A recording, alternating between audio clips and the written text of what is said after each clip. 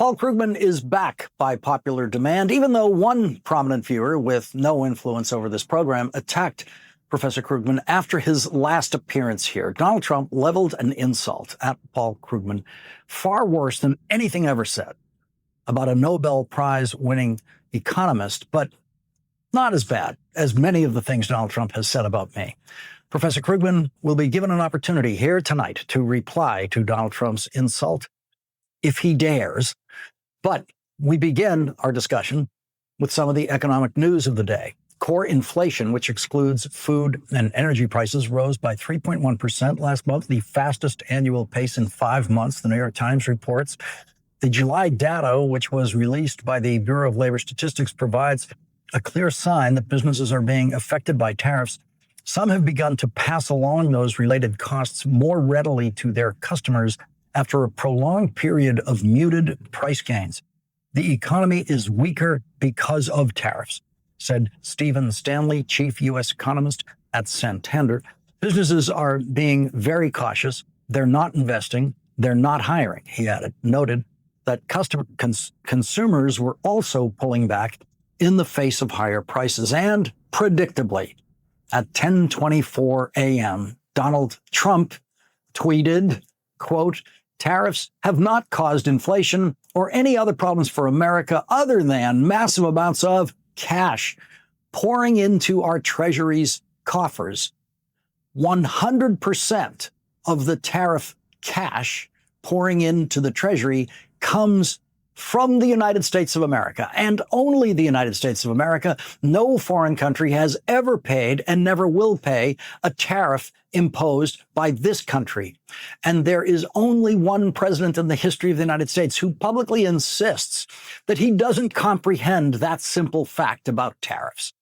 Every penny of the $130 billion that the United States Treasury has collected in tariffs so far this year has been paid by Americans, American companies and individuals who have imported foreign goods into this country. They have paid those tariffs at the port of entry here in the United States, and they paid the tariffs directly to the federal government officials who collect those tariffs from Americans who pay them at the ports of entry here in the United States. And so if a federal court of appeals and the United States Supreme Court agree with the United States Court of International Trade, the experts on tariffs, and rule that those tariffs are illegal and unconstitutional, all of the tariff money that has been collected might have to be refunded and would go to Americans, which makes Donald Trump's lawyer's letter to the appeals court hearing the case against his tariffs all the more absurd.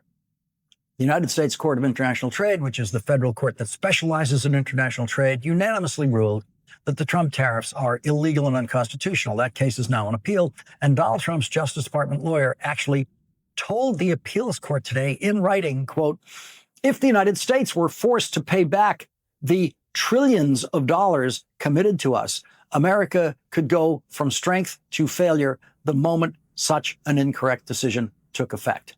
So that's Donald Trump's lawyer lying and telling the court that trillions of dollars have been committed to the United States. That's a lie.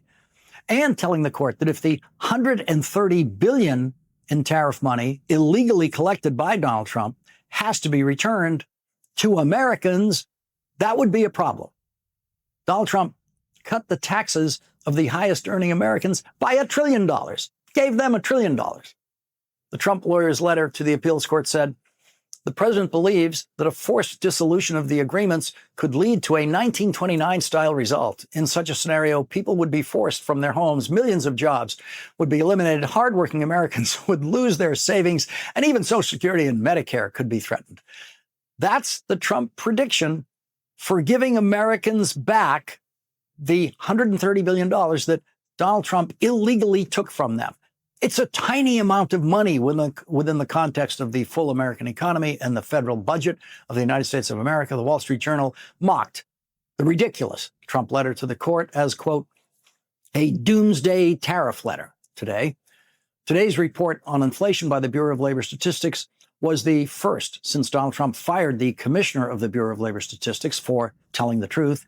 Yesterday, in an interview with Fox, Donald Trump's choice to lead the Bureau of Labor Statistics, E.J. Antoni, said, Until it is corrected, the BLS should suspend issuing the monthly job reports, but keep publishing the more accurate, though less timely, quarterly data. That is the single most absurd and reckless thing ever said by anyone chosen by a president to lead the Bureau of Labor Statistics. Our next guest, Nobel Prize-winning economist Paul Krugman, writes in his Substack that Hannah Arendt's book, The Origins of Totalitarianism, explain why Donald Trump promotes the incompetent. Professor Krugman writes, Hannah Arendt explained why totalitarians, I know Trump isn't a full-on dictator yet, but he's clearly a wannabe, promote the incompetent. Totalitarianism in power invariably replaces all first-rate talents, regardless of their sympathies, with those crackpots and fools whose lack of intelligence and creativity is still the best guarantee of their loyalty.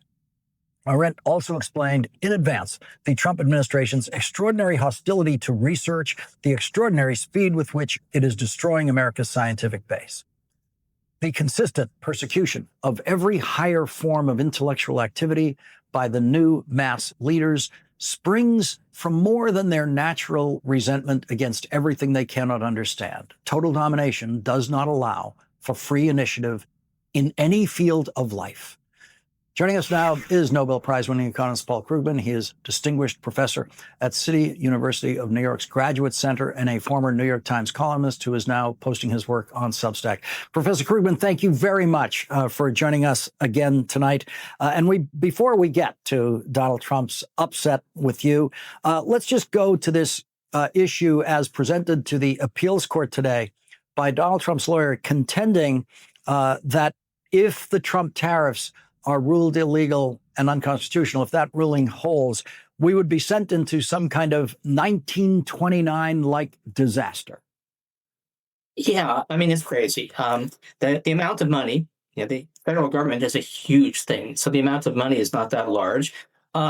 It will be a bureaucratic mess, because what's happened is that Donald Trump has imposed tariffs using emergency powers, using powers that are only supposed to apply when we're suffering an economic emergency.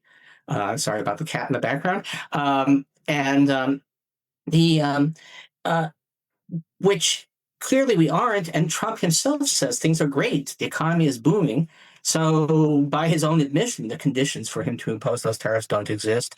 The trouble is the money has been collected, and legally it has to be given back, but finding relevant people, sending, cutting the checks to all of the importing firms. Some of this is Walmart, some of it is export-import businesses, some of the small businesses that ordered stuff and paid tariffs. That would be a complete nightmare, but that's Trump's problem. That's not a problem for the American economy. That's a problem for Trump and his band of incompetence. Well, the Treasury does know how to do it. It does issues millions of tax refunds every year. They're set up for it. They've never had to do it because no president has ever done anything this crazy. Today, the Treasury Secretary, Scott Bessent, actually said that this is a quote, the amount of money that's coming in here, I think the more deals we've done, the more money coming in, it gets harder and harder for SCOTUS to rule against this. So there's the Treasury Secretary saying that collecting, $130 billion in tariffs makes it really hard for the Supreme Court to actually uphold the Constitution. Yeah, we've stolen a lot of money, and it would be such a pain to have to give it back, so the Supreme Court must rule that it's legal. That's amazing. They are presenting in their argument to the court, which is really stunning. It's one thing for Donald Trump to go out there and lie to reporters, which he does every single day about tariffs. But now they're lying to the court about this notion that there are trillions of dollars in what they call deals that the court cannot unwind, when the court is actually going to find that no such deals exist. Yeah, well, that's going to be an interesting question. I mean, I don't trust this court, by the way. But, if it does its job, there are no deals. We know what a trade deal looks like. A trade deal is a signed agreement that is passed by the U.S. Congress and signed by the president, and is also signed by foreign countries. We've done many of them over the years. Trade deals normally run to hundreds or thousands of pages. They specify everything. They have the force of law. This is just the Trump administration saying we have a deal. In many cases now, the foreign countries with which we've supposedly made deals have said, We didn't agree to that. Mhm. You know, the Europeans are going to give Donald Trump $600 billion in a slush fund. The European Commission says, no, we didn't agree to anything like that. So these are fantasy deals. And the idea that the Supreme Court is going to overrule the clear meaning of U.S. law. And they might, I mean, given this Supreme Court, but the idea that they should ignore clear U.S. law on the basis of Trump's fantasies about the deals that he's made with other countries. So that's really something. That's not the America I grew up in. So we have Donald Trump's choice to run the Bureau of Labor Statistics saying, no need to issue monthly data on this economy. Yeah. So first of all, that's illegal. It turns out that monthly reports on jobs are not an optional choice by the Bureau of Labor Statistics. The law says that it must issue reports every month. So this would be just another clear violation of law to stop issuing those reports. And of course, nobody thinks that they are seriously worried about problems with the data. This is all, one way to let Trump keep on boasting about how great the economy is to prevent the release of data that shows that it isn't. And that's basically what this is about. It's amazing. I keep on being astonished by just how bold they are in their hackishness here.